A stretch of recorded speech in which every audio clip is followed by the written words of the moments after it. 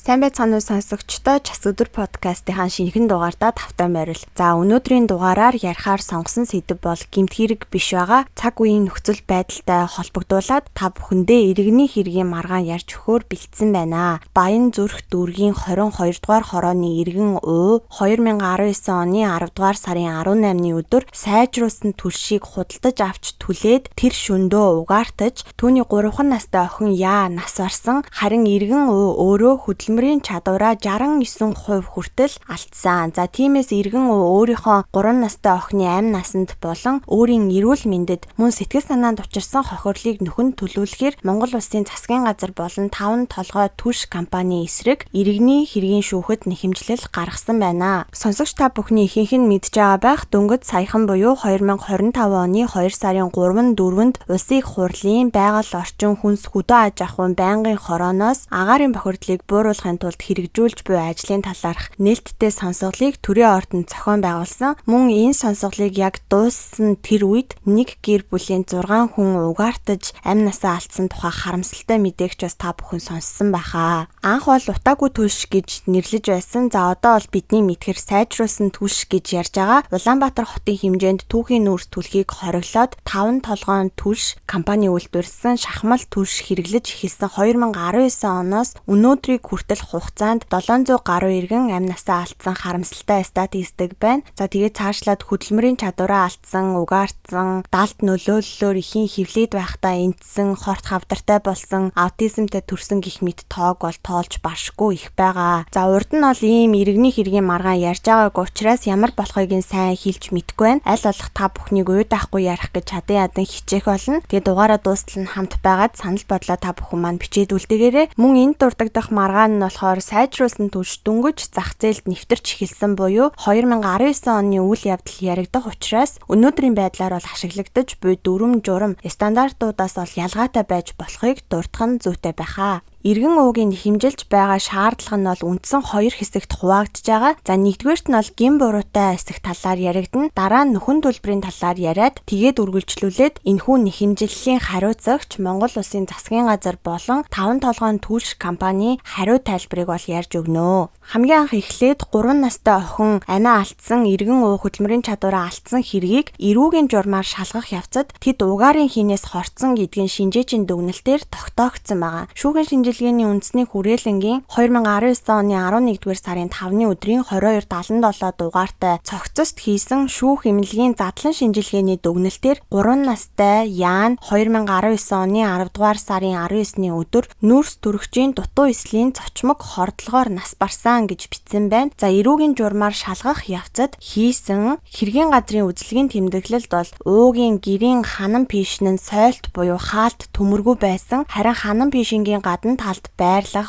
янданд үзлэг хийсэн чинь улаан тоосгоор шавардаж өрсөн. Байшингийн дээврээс 1 м өндөртэй 55-ыг харьцан 42 см хэмжээтэй яндан байх ба уг яндан нь бороо усны хаалтгүй. Тэгээ яндангийн дотор талын буюу утаа яг гарч байгаа тэр хэсэг нь 14-ийг харьцан 24 см хэмжээтэй гэж тэмдэглэгдсэн байна. За та бүхэн бас ойлгож байгаах гэж бодож байна. Өмнө нь хүмүүс хүссэн түлээ түлшээ түлдэг байхад ч тэр гэртээ угаартаж нас бардаг байсан уу гэвэл мэдээч тийм. Гэхдээ одоо яагаад ингэж том асуудал болгоод засгийн газраас хохирол нэхэмжлээд байгаа вэ гэхээр Улаанбаатар хотын иргэдийг зөвхөн 5 толгойн түлш компани үйлдвэрлэсэн шахмал түлшийг ашиглахыг нэг ёсонд тулгачсан байгаа учраас энэ хэмжээнд хүрсэн гэж хэлж болно. Сайжруулсан түлш борлуулж эхэлснээс хойш иргэн ууд хохирол учрах хүртэл буюу 1 сар гарангийн хугацаанд цагдаагийн газарт хүн угаартсан гэх 241 дуудлага мэдээлэл бүртгэгдсэн байна.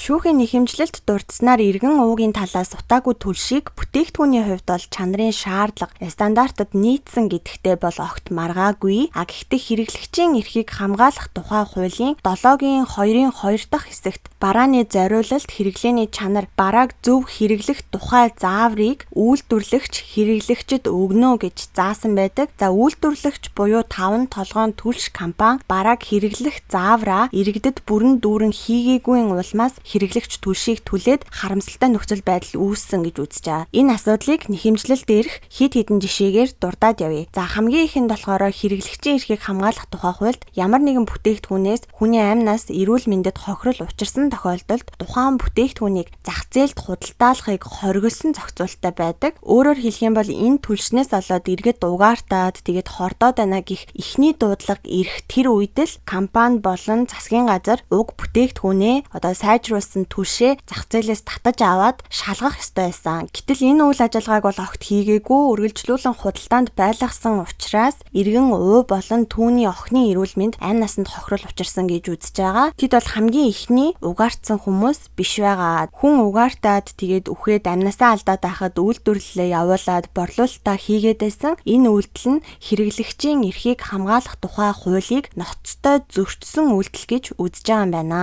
За дараагаар нь гэвэл түлш гэдэг нь дан ганцаараа хэрэглэгддэг бүтээгдэхүүн биш. Заавал түлшийг шатах зуухтай хамт зэрэгцэж яригдах ёстой. Гэтэл тухайн үед иргэн уугийн худалдаж авсан сайжруулсан түлшний шуудаан дээр төрөл бүрийн зууханд таарна гэж бичсэн байгаа мөртлөө олон нийтэд гаргасан мэдээлэл нь энэ бичвэртэйгээ зөрчилддөг. Ахуйн хэрэглээний MNS 5216 2016 стандартын шаардлагад нийцсэн зуухыг хэрэглэхийг иргэдэд зөвлөмж болгосон байсан. За тухайн үеийн мэдээлэл хайгаад үзэхэд бол энэ шаардлагыг хангасан дулаан 2 зээхэтээ 1 болон 2 голомт жижиг дүл том дүл гэсэн ердөө 6 төрлийн 4 нэр бүхий компани үйлдвэрлэсэн зуух энэ стандартад нийцсэн байдаг гэсэн мэдээлэл байсан. Тэгэхээр энгийнээр л бодоод үзэхэд иргэд хөлдөж хөхгүй тулд зөвхөн энэ түлшийг түлэх ёстой. Тэгээд цаашлаад энэ түлшийг түлээд угаартаад өгөхгүй тулд энэ 4 компани зуухыг л авах шаардлага ийм нөхцөл байдал харагдаж байна. Нөгөө талаасаа түлшний шуудаан дээрх бүх төрлийн зууханд таарна гэж бичсэн байгаа нь стандарт хангаагүй хуучин зуухтай иргэдийг төөрөгдөлд оруулаад зуухандаа ямар нэгэн санаа зовох зүйлгүйгээр галаа түлээд ийм ноцтой хохирол үүссэн гэж буруутгаж байгаа юм байна. За 3 дугаар жишээ гэх юм бол стандарт хангасан зуухыг нь авчихлаа гэж бодъё.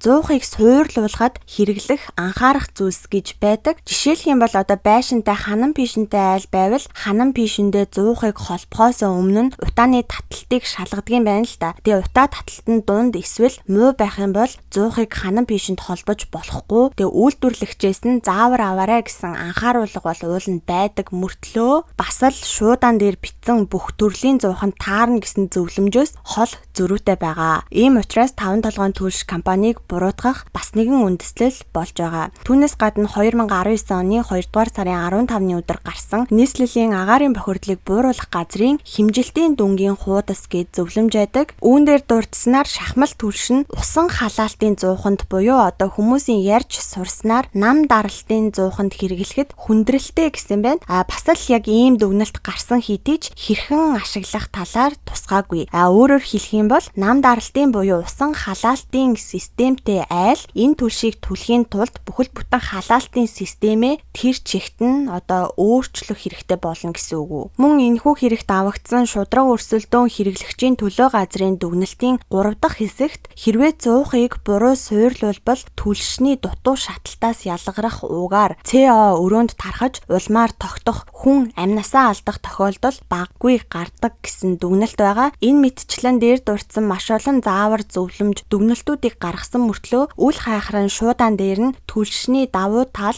бүх төрлийн зууханд хэрэглэж болно гэд биччихсэн байгаа учраас иргэн уу худалдаж аваад хортсон гэж үзэж байгаа. Нэхэмжлэгчийн зүгээс дурдж буй гол гаргалгаа яах ёстой байсан бэ гэхээр бүх төрлийн зууханд ашиглана гэж бичиж болохгүй. Эсвэргээрээ зөвхөн MNS 5216 2016 гэсэн стандартад нийцсэн зууханд л хэрэглэн шүү гэсэн тайлбар анхааруулга байх ёстой байсан гэсэн. Тэгээ өнөөдрийн байдлаар бол 2025 оны байдлаар сайжруулсан түлшний шуудаан нь өөрчлөгдсөн байлээ. Стандарт нь бас 2022 онд дахин шинжлэгдсэн байна. Би энэ хэрэг дээр дурддагдаад байгаа тэр шуудааны зургийг нь бол интернетээс олсон. Тэгээд өнөөдрийн байдлаар ашиглаж байгаа одоо шуудааныхын зургийг хоёулангийн оруулаад өгье. За тэгээд хэрэг бүртгэлийн шатанд гэрчүүдээс бол мэдүүлгүүдийг авсан. Жишээлбэл үйлдвэрлэлийн албаны даргаас нь мэдүүлэг авах явцдаа асуусан байгаа. Сайжруулсан түлш хэрэглэсний улмаас иргэд угаартаж нас барах эрүүл мэндээрээ хохирч байна. Эрсдлийн үнэлгээ хийсэн үү? Хэрвээ эрсдлийн үнэлгээ хийсэн бол гарч болох эрсдлээс урьдчилан сэргийлэх ямар арга хэмжээ авсан бэ? Яаж явуулсан бэ? Энэ талаараа яриад өгнө үү гэд одоо мөрдөгч үйлдвэрлэлийн албаны даргаас нь асуусан чинь хариуд нь юу гэсэн бэ гэхээр үйлдвэрт бол гарч болох эрсдлийн үнэлгээг хийсэн. Харин хэрэглэгчийн гарт очоод гарч болзошгүй эрсдлийн үнэлгээг хийсэн эсхийг сайн мэдэхгүй байна гэсэн хариулт өгсөн байна. Мэдээж шатамхай зүйл үйлдвэрлэж байгаа учраас үйлдвэрлэлийн эрсдэл бол маш чухал. Гэхдээ хэрэглэгчийн эрсдэл бол мэдэхгүй байна гэсэн хариулт өгөөд сууж байх хэмжээний тийм ч энгийн зүйл биш байхаа гэж бодож байна. Ялангуяа өөр түлж болохгүй. Зөвхөн манай түлшийг л хэрэгэл гээд одоо ийм хязгаарлалт тогтоочсон байхад хэрэглэгчийн эрсдэл бол нэг номерын яригдах шаардлагатай зүйл гэж харж байгаа. Иргэн уу яагаад засгийн газрыг бас хариуцагчаар татсан бэ гэхээр 5 толгойн түлш компани хувь эзэмшил нь бол эрчим хүчний яаманд байдаг. Мөн нэхэмжлэл дээр дурдсанаар төр нь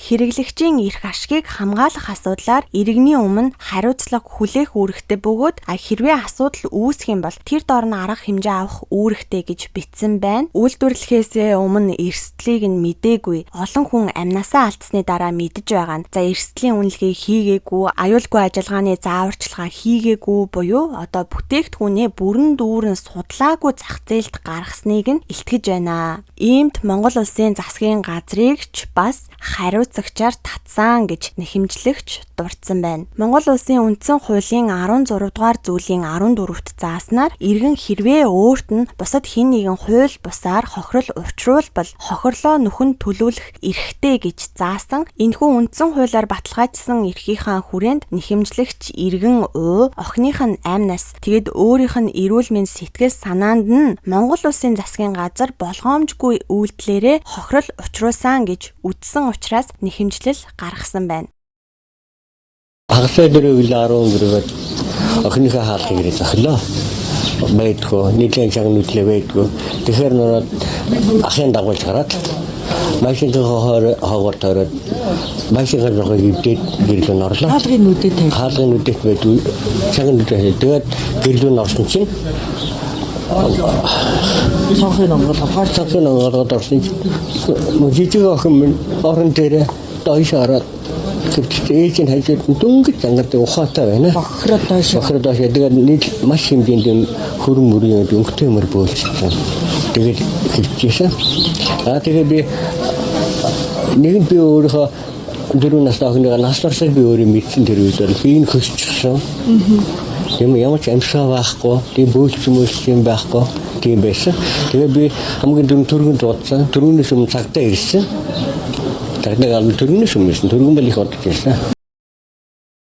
За тэгээд үргэлжлүүлээд дараагийн хэсэгт нөхөн төлбөрийн тухай яригдана. За эмчилгээний зардалд бол 170 сая төгрөг, хөдөлмөрийн чадвараа алдсны гим хорийн төлбөрт 26 сая төгрөг, айн насанд учирсан гим хорийн төлбөрт 200 сая төгрөг, мөн сэтгэл санаанд учирсан гим хорийг арилгах 100 сая төгрөг буюу нийтдээ 497 сая 386 мянга 800 төгрөгийг нэхэмжилсэн байна. Ер нь бол нэлийн нарийн үндэслэл тооцооллын дагуу нэхэмжилсэн дүнгууд байсан. Баахан тоо бодуулаад байх нь уйдгартай байх гэж бодоод тэр хэсгийг нь ярихгүй алгасаа явчи. Харин одоо бүгдээрээ нэхэмжлэлийн хариуцагч буюу Монгол улсын засгийн газрын зүгээс ямар хариу тайлбар гаргасан тухай ярилцъя. Яг ямар хариу тайлбар байгаа өөрсдөө яаж өмгөөлсөн тэр тухай нь ярих гэж байгаа шүү. Намайг одоо засгийн газрыг өмгөөлөөд өөрийнхөө үгээр яриад байна гэж бодож болохгүй шүү. За хамгийн ихэнд бол иргэн ууг хариуцагчаа буруу тодорхойлсон гэж үзэж байгаа юм байна. Тайлбар нь бол засгийн газар газар нь зөвхөн иргэн ууд зориулж шийдвэр гаргаагүй Улаанбаатар хотын хэмжээнд нийтээр дагаж мөрдөх хим хэмжээний акт гаргасан гэсэн тайлбар байна. Засгийн газрын тухай хуулийн 3-2-т зааснаар засгийн газар нь нийтлэг чиг үүргийг хэрэгжүүлж улс орны хэмжээнд бодлогын шийдвэр гаргана гэсэн байдаг. Тухайн бодлогын шийдвэрийг нь төрийн өмчит байгууллагууд нь хэрэгжүүлдэг. Засгийн газрын эрчим хүчний яам нь 5 толгойн түлш компаниас гадна эрчим хүчний салбарын 23 буюу одоо нийтдээ 24 байгууллагын хувьцааг бол эзэмшигч гэж явдаг. Эдгээр 24 байгууллагын өдөр тутмын үйл ажиллагааг засгийн газар биш тухайн байгууллага болон удирдлагууд нь өөрсдөө тэр өдөр тутмын үйл ажиллагаагаа хэрэгжүүлнэ гэж хэлсэн. Өөрөөр хэлэх юм бол Монгол улсын засгийн газраас биш 5 толгойн түлш компаниас өөрөөс нь хохирлоо хэмжилнэ гэсэн тайлбарыг бол гаргаад тэгээд компани тухай хуулиас дурдсан байна. Жишээлбэл компани тухай хуулийн 9-р зүйлд зааснаар компани болон хувьцаа эзэмшигч хоёр нь бие биенийхээ өмнөөс хариуцлага үүрэхгүй гэсэн байдгийн байна. Тэгэхээр засгийн газар болон 5 толгойн түлш компани гэх хоёр хариуцагч бие биенийхээ өмнөөс хариуцлага үүрэг хүлээхгүй гэж тайлбарлсан. За тэгээд дээр яригдсан түлш хэрэглэх заавар өгөөгүй гэсэн асуудал дээр бол хариу тайлбар өгөхдөө энэ хэргийг бол анх эрүүгийн иргэн журмаар хэрэг үүсгэж шалгаж агаад иргэн уун түлш хэрэглэх заавартай өөрөө танилцаад гарын үсэг зурсан баримт бичиг байгаа учраас прокурорын тогтоолоор хэрэгсэхгүй болгож байсан. Тиймээс иргэн уу түлшийг яаж хэрэглэх, яаж түлэх зааварчилгааг авсан гэх нотлохоо болж байна гэж хэлсэн. Тэгээд засгийн газраас гаргасан Улаанбаатар хотод түүхийн нүүрс түлхийг хоригдсон тогтоол нь хууль бус гэж тогтоогдоогүй учраас уг нэхэмжлэлийг хэрэгсэхгүй болгож өгнө гэсэн тайлбарыг бол засгийн газрын итгэмжлэгдсэн төлөөлөгч өгсөн байна. Харин одоо бүгдээрээ 5 толгойн түлш компани иргэн уугийн нэхэмжлэлд яг ямар хариу гаргасан тухай хэсэг рүү орцгоё.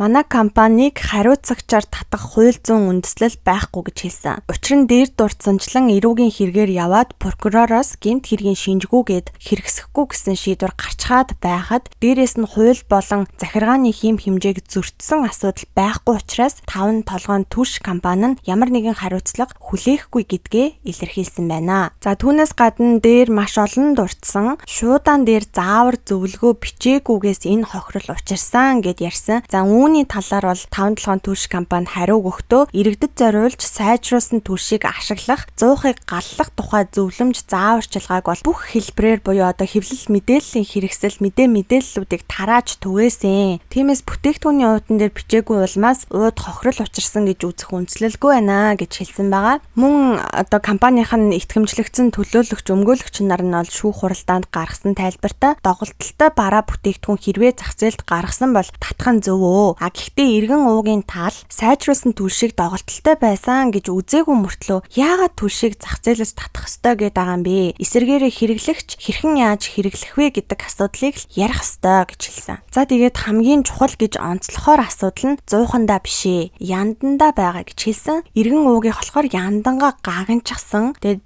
сойлт гэдэг те хаалт төмөргөө айл байсан. Тиймээс 5 толгойн түлш компанийн иргэн бүрийн 100-ыг манай компани эсвэл засгийн газрын төлөөлөгч нар очоод 100-аа ингэж байрлуул гих мэтэр алхам бүрийг нь хэлэхгүй. Хувь хүн өөрийн өмчлөлт байгаа хөрөнгөө өөрөө арчилж, хамгаалж, аюулгүй ажиллагаагаа өөрөө хангах ёстой гэж хэлсэн байна. За дараагийн өөрсдөө өмгөөлсөн юу байсан бэ гэхээр сайжруулсан шахмал түлш хэрэглэж эхлэхээс өмнө шүтээсийн харьяа, дулаан, экологийн хүрээлэнгийн 100-ны лаборатори дээр туршилт явуулсан. Уг туршилтанд уламжлалт 100 болон нөгөө яриад байгаа стандарт хангасан 100-ан дээр туршилт хийгээд тэгээд Улаанбаатар хотод уламжлалт 100-ыг хэрэглэхгүй байхыг одоо ийм захирамж бол 2018 онд бүр гарчихсан байсан. Гэхдээ 100-аас солиогүй айлуудад хүртэл зориулаад бүр 20-30 жил ашигласан пишнтэй хүмүүст хүртэл зориулаад тохирох зөвлөмж гаргасан гэж хэлээд байгаа. Гэхдээ хамгийн асуудалтай нь хизээнээс эдгээр мэдээллийг хүргэсэн бэ гэхээр 9 сарын 15-ны өдрөөс эхлээд сайжруулсан түлш худалдаалж эхэлсэн мөртлөө ерөөсөө 14 хоногийн өмнө 9 сарын 2-ны өдрөөс иргэдэд заавар зөвлөмж тараасан юм байна. 14 хоногийн өмнөөс. Дараагийн асуудал буюу эрсдлийн үнэлгээ хийгээгүй тухайд бол 5 толгойн түлш компаниас ямар зүйл ярьж байгаа вэ гэхээр хэлэхдээ нөгөө мэдэхгүй байна гэж хэлээд байсан үйлдвэрлэлийн албаны дарга нь болохоор ажлын байрны тодорхойлолтынхаа хүрээнд зөвхөн үйлдвэрийн дотоод үйл ажиллагааны тухай зааварчилгаа өгөх үүрэгтэй хүн байсан. Нэг ёсондоо угаасаа мэдэх боломжгүй өөр өөр албан чиг үүрэгтэй хүнээс эрсдлийн үнэлгээний тухай асуучихсан байна штэ гэж хэлсэн. Мөн түлшийг гадаад улсын лабораторид туршилт үзлэг хийгээд хуульд заасан дараал журмын дагуу хэрэглэгчдэд борлуулсан. Цагдаагийн байгууллагаас үүнийг зөрчилгүй байна гэж дүгнсэн. Хин нэг хохироож эрсдэлд оруулах түлш худалдаагүй гэж өөрсдийгөө өмгөөлсөн байна. За тэгээд бас нэгэн анхаарал татгууц зүйл юу байсан бэ гэхээр 5 толгойн түлш компани зүгээс эргэн ууд 18 сая төгрөг уулна өгсөн байгаа энэ шүүх хурлаас өмнө үүнийг болохоор тайлбарлахдаа түүний охины нас барсан асуудалтай нь манай компани холбоогүй ч гэсэн ёс зүйн хувьд хүн нас барсан учраас мөнгө өгсөн гэж хэлсэн. За ингээд иргэний хуулийн 497 дугаар зүйлийн 2 дахь хэсэгт хохирол учруулсан этгээд өөрийнх нь буруугаас болоогүй гэдг нь нотлогдох юм хариуцлагаас чөлөөлөгднө гэж заасан байгаа. Энэ зүйл ангийг дурдаад 5 толгойн түлш компани болон засгийн газар 2 аль нь өөрсдийгөө гин буруутай бишээ. Угаасаа өмнө нь ч гэсэн эрүүгийн хэрэгээр яваад гин буруутай гэж тогтоогдоогүй штэ гэх зэргээр иргэн уугийн нэхэмжлэлийн шаардлагыг хангахыг эс зөвшөөрч маргасан байна. За тэгээд энэ хүн шүүх хуралдаанд бол иргэдийн төлөөлөгч Б овогтой им гэх хүн оролцсон байсан. Түүний гаргасан дүгнэлтийг би та бүхэнд бүтнээр нь уншиж өгье. Тийм хэрвээ та бүхэн энэ шүүх хуралд иргэдийн төлөөлөгч болж оролцсон бол ямар дүгнэлт гаргах байснаа бас комент хэсэг дээр бичиж үлдээгээрэй. Иргэдийн төлөөлөгч хэлэхдээ иргэн уугийн нэхэмжлэлийг шаардлагын дагуу шийдвэл зохистой гэж үзэж байна. Засгийн газар энэ хэрэгт өөрсдийгөө холбоогүй гэж удаадараа хэлж байна. Гэхдээ үүнтэй би санал нийлэхгүй байна. Учир нь засгийн газар түлш бэлтгэх, нийлүүлэх ажлыг хангаж ажилуулахдаа бэлтгэл ажлыг сайн хангуулаагүй байна. Засгийн газар агаарын бохирдлын асуудлыг шийдвэрлэх үүднээс сайжруулсан түлшийг бий болгосон нь бол зөв. Гэхдээ энэхүү ажлыг 5 толгойн түлш компаниар дамжуулан хэрэгжүүлсэн гэж байгаа боловч засгийн газрын өөрийнх нь санаачлагаар хийгдсэн ажил учраас сайн муу ямар ч үр дүн гарсан засгийн газар холбоотой гэдгээ өөрсдөө хүлээн зөвшөөрөх хэрэгтэй. Тиймээс засгийн газрыг хариуцагчаар татаж байгааг иргэн хүнийхээ хувьд зөв гэж үзэж байна. 5 толгойн түлш болон засгийн газар үүргээ хэрэгжүүлэхдээ болгоомж хариуцлага алдсан байна. Өөрөөр хэлэх юм бол заавар зөвлөгөөг хорооны засаг даргаар дамжуулж өгсөн гэж байгаа боловч тухайн хорооны засаг дарга нь айл бүрт сайжруулсан түвшний хэрэглээ зааварчилгааг яг өндөр түвшинд өгсөн гэдэг нь эргэлзээтэй байна. Мөн заавар зөвлөгөө өгч байгаа хорооны дарга мэргэжилтнүүдэд зохих хэмжээний мэдлэг сургалт орсон уу гэдг нь ч бас эргэлзээтэй байна. За тэгээд мэдээллийн хэрэгслэр заавар зөвлөгөөг хангалттай сайн өгсөн гэж байгаа боловч хүн бүр мэдээлэл авах боломжгүй. Айл бүрийн нөхцөл байдал харьцангуй адилхан биш. Тиймээс засгийн газрыг хариуцлага алдаж хохирол хор уршиг учруулсан гэж үзэж байна гэж иргэдийн төлөөлөгч хэлсэн байна. Дахиад асууя, хэрвээ та энэ шүүх хуралд иргэдийн төлөөлөгч болж оролцсон бол ямар дүгнэлт гаргах байснаа комент хэсэг дээр бичиж үлдээгээрэй. За ингээд шүүх хурлын үр дүн гарсан. Иргэн уугийн нэхэмжлэлийн зарим хэсгийг нь хангаад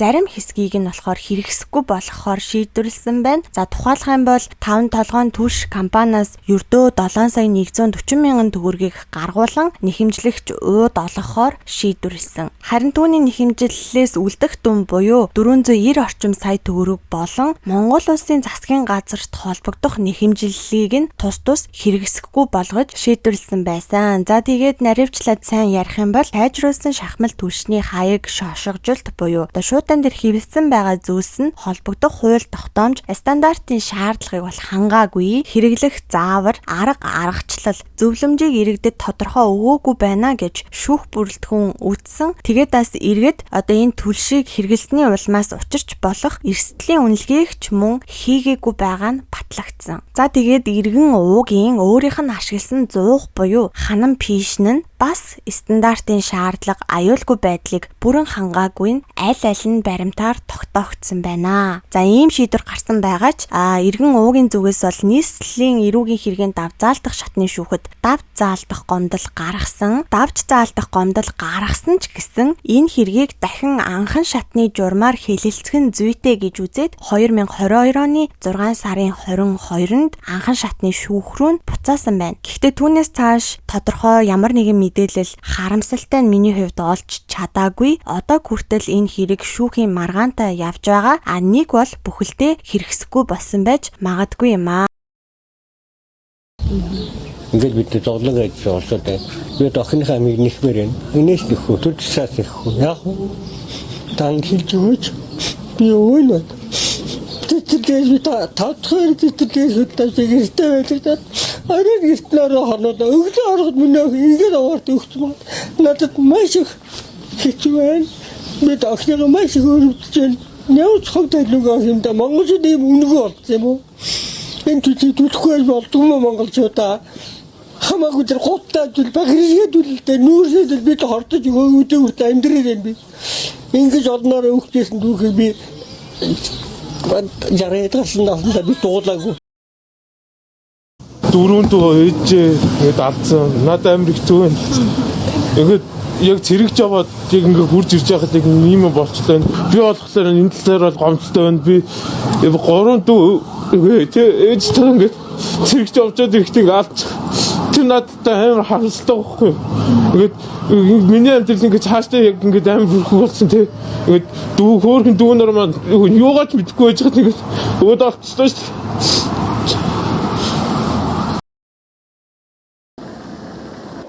Энэ хоёр жоохон хүүхэд одоо энэ гурав одоо ингээд энэ цаг үед энэ нийгэмд яг өдий ингээд одоо мэндэлснээр байснараа буруутай юм уу? Энэ жоохон хоёр хүүхэд юу ч мэдэхгүй шүү дээ. Энэ хоёр хүүхэд ингээд энэ нийгэмд энэ үед төрснөөр ингээд буруутан болж байгаа байхгүй нэгсэндээ. Тэгээд одоо ингээд амь насаараа хохироод ингээд байж байгаа байхгүй. Тэгээд 5 толгой төлш компанид нь одоо ингээд хилээд ярихаар манад бол ямар ч хамаа байхгүй. Бид нэр ямар ч хариуцлага хүлээхгүй.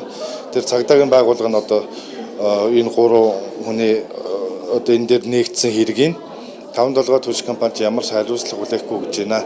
Энэ хэргийг чи хаалаа шүү гэд хаачиж байгаа. Тэгээ одоо би энэ дөнгөж сарын өмнө болсон хэрэг. Тэгээд одоо ээж наав нь бол одоо ямар ч ярих энэ талаар дуурах одоо нөхцөл боломж байхгүй. Яагаад гэвэл одоо үнэхээр хүнд байдалд байгаа. Айлын 2 хүүхдээс 2 хүүхэд нь хоёулаа ингээд бурхан болчихж байгаа. Тэгэхээр энэ талаар ямар ч ярих боломж байхгүй.